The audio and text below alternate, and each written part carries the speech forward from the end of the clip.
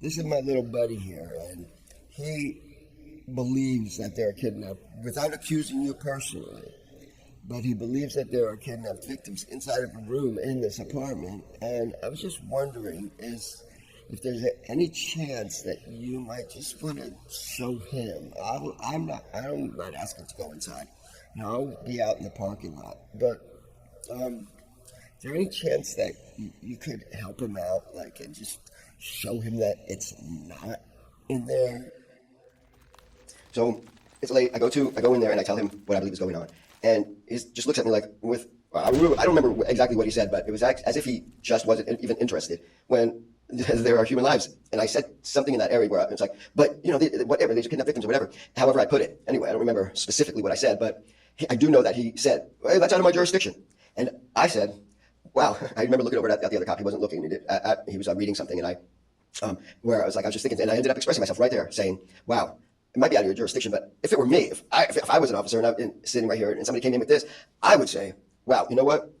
How about, whether depending on if I was getting off work anytime soon, or if I felt comfortable taking a quick leave to go take a look at something. I mean, you're excused. He could have. It was late at night. He could have cut right out of there, right on the spot, if he wanted to as an officer. They would be well understanding that even though he can't do anything because it is out of his jurisdiction. Yes, he can't go there with his badge and gun and insist on anything or threaten or do anything because that's not his jurisdiction. But he can go with me. With t-shirt and jeans on, and still have his, he could still have his gun with him and whatnot. He's still an officer of the law, but he could go just to witness, to validate something that I feel. He can't actively do too much, but he could go with me to the front door, and just say, hey, this is my buddy here, and he's not accusing you of anything, but he believes that there are actually kidnapped victims inside of a room in this place, and I'm not. This is not my jurisdiction, but I am a cop, and I'm not on duty right now. But I'm not breaking any laws right now by asking you a question. I'm not snooping. My question is this is my little buddy here, and he believes that they're kidnapped without accusing you personally, but he believes that there are kidnapped victims inside of a room in this apartment. And I was just wondering if there's any chance that you might just want to show him. I'm not asking to go inside. I'll be out in the parking lot, but is there any chance that you could help him out, like, and just show him that it's not in there? Clear his mind. Okay, no, any chance that he's not dangerous? I'm a cop. Again, I'll give you my card, whatever. He's you can pat him down right now. See, he's unarmed. He's not dangerous whatsoever. And as a matter of fact, you're more than welcome to even call the local. I'm LAPD, but I'm 15 minutes away. But you're more than welcome to call a unit here to make sure that that you're safe. And he doesn't want anything from you. He just simply needs you. I need you to help him out and show him that it's not what he thinks. And and then you'll never hear from him or me again. Any chance of that happening? Can you do that? And so I said this in the station. I said, that's what I would do. Who cares if it's out of your jurisdiction? I'm a cop. I care. I want to know. I want to see if this guy's got if that's valid. If he's as far as like the level of resistance for something so simple. Why is it such a big deal? And why and everything's held against me? I'm saying, if I was a cop, against him. So I'm speaking from if I was a cop and I was dealing with somebody like me. I'm speaking from that point of view. So I did. I said, when he said it's out of his jurisdiction, I said, wow, really, if it were me and I was sitting here and I went through what I just told you, I'd be like, okay, I'll tell you what, I'll drive. I'm gonna go back. I'm gonna throw on t-shirt, jeans. I'm gonna cut out for the day. I'm not on duty. And I just want to go. I'm just interested. I want to go see about what you're saying and if it's just that simple. And after I told him that's what I would do, it's like he just looks at me like, I don't remember what his response was, but it was still with this like, I'm like, wow, really? So I'm like, okay, good night. And it's just. So I just went through that, and it's just another story. I need to start recording because I have 20 years worth of stories that I have not talked about, and I wish I had filmed everything. If I had everything on film that I've been through 20 years. I mean, we would have. I don't mean to be rude here. I'm not a cop hater. I am respectful of the law, and I'm grateful for cops because they protect me. I will never want to have a gun, and I don't look over my shoulder. But at the same time, it's nice to know that I'm getting looked over, or that there's somebody, in general, that I respect the police big time. But I have to say this, is that if I had everything that I ever did, whether I called 911 or whether I went to visit the police station or just there's other examples of talking to the authorities. If I had everything on record or in film or whatever, right now I would have so many obstruction of justice charges pending. And how intense they would be is that they are obstruction charges either way.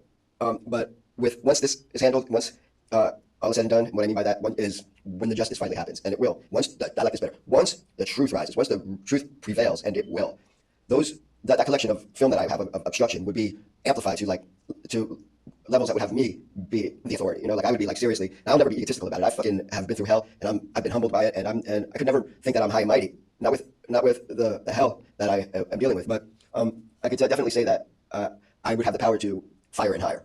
I mean, wow. It's just incredible. I don't even know how to express how serious I am about this. I will in the future, because I do remember a lot of the conversations, so of course I will be able to tell of those examples. How much I'm believed by detail, well, that's another story, but I won't lie, I'll always tell the truth. But either way, it will never measure up to you if you had actually witnessed, or if I had a film just to witness, then your jaws would drop and you'd be like, no way. Well, some of you want to sit back and say, no, I know how cops behave. No, no, my jaw wouldn't drop. I'm surprised. It's like that's still well understood, but in this case, that's still an understatement because it's so unacceptable in this case. That what I have experienced, it's just as unacceptable for anybody hearing this recording right now that has any idea of why I'm recording this, and where you have, if you're hearing this right now, you have seen my whether they're accusations or just any who knows my story, and you yourself are just not doing anything about it because you're assuming that I'm crazy or that or another. It's just as fucking pathetic. You know, as far as I'm concerned right now, I mean, everybody is disappointing me. I mean, you're not the scumbag fucking evil people who are responsible. You're gonna find out about them one day because I know about it. And I know that I know what's up. Okay, but for those of you who are not involved with them and you're hearing this and you're just like sitting back right now, I gotta tell you, man, you are a fucking toxic fucking society. You got way too much fucking meat backed up in your fucking colon. All I can tell you is if you're sitting back and you're smirking at this right now and you're hearing me say this and you're judging me still on top of it rather than taking some interest in why I would say all this, you're even more of a fucking idiot. And I did say, I do remember now too, I did actually say to that cop on my way out, I didn't say you'll regret this, but I told him that I said, I think I was asking him. I said, or the way I said it was, I didn't ask. I said something to the level. I do remember using the word regret, but I said, I did ask. I said, so you don't care that you'll have regrets if what I'm telling you, if I'm able to prove it, and it turns out that what I'm telling you is legitimate, and you're probably going to see it on the news, you'll find out about it. So aren't you going to have regrets for sitting here right now and not doing something about it? And he looks and he said, why would I regret?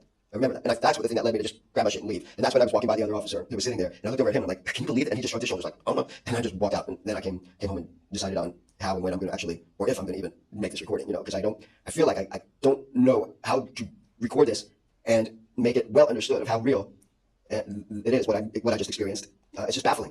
And still, you can't imagine. And then there's, this idea of I'm recording it, but for who? And will anybody ever believe that there could be these victims? And nobody is believing it. Nobody even seems to care. Nobody asked. Even the main thing is nobody said, no matter who it is, nobody's said it. Like, so can you prove it? And it's like, well, you could do that so much. You could at least take enough interest to go see if they'll just prove me wrong with a simple little 1 minute. Maybe I can't prove I'm right. That's too difficult. But it should be so easy to prove me wrong, and nobody's even interested in them doing that, or interested to see that they won't prove me wrong because they can't prove me wrong by simply taking me through. And if we're talking about less than a minute, and still, are you going to respond to this, or are you going to just sit there? I go to this police station, and I proceed to tell this officer at the front desk what's going on, and it's dark now, second, and I'm really tired, and I start to tell him about what's happening there, and it's only maybe a 15-minute drive tops to get there. But for some, it's late for me, and I'm taking trains, buses, and I got my bike, so I'm just tired. I don't want to go through all that and then still have to try and find it. I'm definitely going home in the same way. So I'm done for the night, unless of course he wants to. Unless of course he's taking enough interest as an officer to, I'm really happy to assist him more that with him, and how late I have to be up. But so this in the story, and this guy got to be in his 60s. He's been around. He's a cop who's been around. He's a big guy. He's overweight, and you can see clearly that he's been doing this a long time. The other cop that was at for this one, there was very young, and he was very quiet. So he's hearing everything. But and the good thing is that he didn't say anything at all through the entire conversation I was having. And that's better than interrupting or saying something that would be consistent with his feelings. With the cop, like where they bang up on me or whatever, But I was quite shocked at that when I finally decided that I'm just going to leave the station. I did walk by him, and what does he got to say this? I'm like, well, can you believe that he just said all that? And he just shrugged his shoulders, like, no, he didn't say anything. And that, in a sense, is like, I can't believe that he, like, young Havoc, just didn't, go, well, I could actually do what you just said that you would do if you were you and you were out of the Duke jurisdiction. I could do that. I'm down for that, It's like, what does he do? Is he afraid to? Is he holding on to pride? I mean, I'm really, what? It just goes to show you, like, you're another non-giving a shit. I mean, what if rather if he knew he'd probably give a shit, but he must be thinking that I'm incorrect. And that's not too bright because you'd never know. That's the whole thing underestimating. And, and in the movies, and movies, it makes a great movie. If you see an officer respond the way, if you're listening to this whole thing, you'll know what I'm talking about right now, but I'm going to, I don't have to do more editing and start and try to find this spot, so I'm going to stop this recording and still go to another track to begin this. So, this happened recently. I stopped off. I was over there on the west side over by Palms Pen. I had gone to the Pacific Division Station for my standard updates. Well, on the way back, something had occurred to me, and I really felt that I need to stop in. It was late night. I didn't even think that the 6th Street station would be open. It was getting pretty late, cold out, but I was a little bit how can I say? But it doesn't matter. We be editing this out anyway. So I stopped in since they were open. I was left, and there were 2 police officers at the front counter. And then when I walked in, the room right there, and looks at me and. And it's not just being really polite, and looks at me like, relative like, "What's up, help you?" And like, and sometimes it's they're so insulting that they have to talk to you in that way when it's so inappropriate. Like I'm there and I need as if I don't know how to explain, but it's sort of not being of service when you walk in and I look like I really needed some kind of support in some way, and instead of being kind and which most of the time they are, all right, okay, I'll elaborate on that another time. As far as putting all that in perspective, or in the different ways that you're. Okay, so anyway, I go out there and I take out my folder because I want to show him, a little bit of what I have and the amazing connection to certain phone numbers that anybody should be really interested in, and I nobody has so far has been taking interest because they just don't know and they're not even listening to get to know, to understand. Which I feel that anybody who I have begun to show something whenever they're just not interested, when all is said and done, when this shit gets fucking taken care of, they're going to seriously regret that they were uninterested when I was nearly. It's just a way of people are really quick to assume that you're not playing full deck with that what you have to show them, and it's not really. It's a kind of thing. Like usually you only get this in the movies, but never underestimate. What somebody who might not be, whatever. I think right now, even hearing this right now, would get what I mean by what I'm trying to say here. It's never underestimated. So anyway, I take a few things I want to show them something to impress him with, just so I could get this initial what I'm trying to accomplish, just to get things like they'll be like, oh, that's interesting, that's impressive, but no, I didn't get that. He's not seeing that there's any significance towards anything, but I'm telling him, oh yes there is. So I proceeded to tell him that about my belief in there being kidnapped victims, and that I've already been experiencing I already know about the probable cause and taking a war, and I need evidence of blah blah blah blah blah. Instead of really, and you could said no, how this ever said, whether it's a detective or whatever level they're on, even I bet the FBI, any of they always talk over me, they interrupt me with all their super blah blah blah blah blah blah blah. I'm constantly being stifled with that interrupting me. I never really get to anyway, because they never really give me the chance. And what's astonishing is that if I do say something, I'm told like they're constantly saying things like, that's out of my jurisdiction, instead of really, so can you prove that? Really? No, I've never been asked once, or in that way, like, really? I hope you should prove that, huh? I've never heard that.